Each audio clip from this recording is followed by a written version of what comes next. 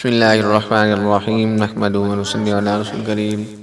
محترم سامعین، آج جو ہم دعا سیکھیں گے وہ اللہ تعالیٰ کی شکر کی دعا ہے۔ جو بندہ اس کو اہتمام کے ساتھ صبح پڑھے گا اور شام کو پڑھے گا تو وہ ایسا ہے کہ اس نے اللہ تعالیٰ کا سارے دن کا شکر ادا کیا، اور جو رات میں پڑھے گا اور رات کو سارے دن کا شکر ادا کرنے والا بن جائے گا۔ اسی طرح ہم نے اس چینل پر مسنون دعاؤں کو سیکھنے کا ایک معمول اہتمام کر رہے ہیں۔ ناظرین سے بھی گزارش ہے کہ وہ ہمارے چینل کو سبسکرائب کر لیں۔ انشاءاللہ تعالی اس چینل سے مسنون دعاؤں کو ہم سیکھیں گے، اور جو مسنون وظائف ہیں ان کو پڑھنے کا طریقہ بھی، ان کے فضائل بھی انشاءاللہ تعالی اس چینل سے شیئر ہوتے رہیں گے۔ آپ ہمارے حوصلہ افزائی کے لیے یہی ہے کہ آپ ہمارے چینل کو سبسکرائب کر لیں تاکہ ہم یہ کام کرتے رہیں اور اللہ تعالی ہمارے اس کام کو قبول فرمائے۔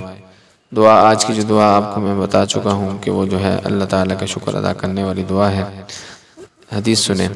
حدیث پاک میں ہے، فرمایا رسول اللہ صلی اللہ علیہ وسلم نے، جو شخص صبح کو اس دعا کو پڑھ لے تو اس نے اس دن کے انعامات خداوندی کا شکر ادا کر دیا، اور اگر شام کو پڑھ لے تو اس رات کے انعامات خداوندی کا وہ شکر ادا کرنے والا بن جائے گا۔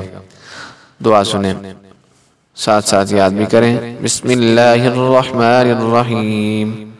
اللہم ما اصبح بی من نعمت، اللہم ما اصبح بی من نعمت، اللہم ما اصبح بی من نعمت او بأحد من خلقک فمنک، أو بأحد من خلقك فمنك، أو بأحد من خلقك فمنك، وحدك لا شريك لك، وحدك لا شريك لك، فمنك وحدك لا شريك لك، فلك الحمد ولك الشكر۔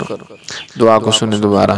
اللہم ما اصبح بی من نعمت او بأحد من خلقک فمنک وحدک لا شریک لک، فلک الحمد ولک الشکر۔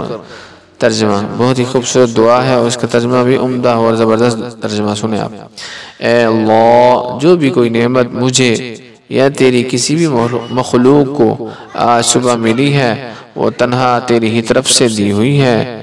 تو یکتا و یگانہ ہے، تیرا کوئی بھی شریک نہیں، لہذا تیری ہی تمام تر تعریف ہے اور تیرا ہی شکر ہے۔ شام کو پڑھے تو اس میں جو ہے ما اصبح بی کی جگہ آپ ما امسا بی کہیں گے، ما امسا بی کہیں گے۔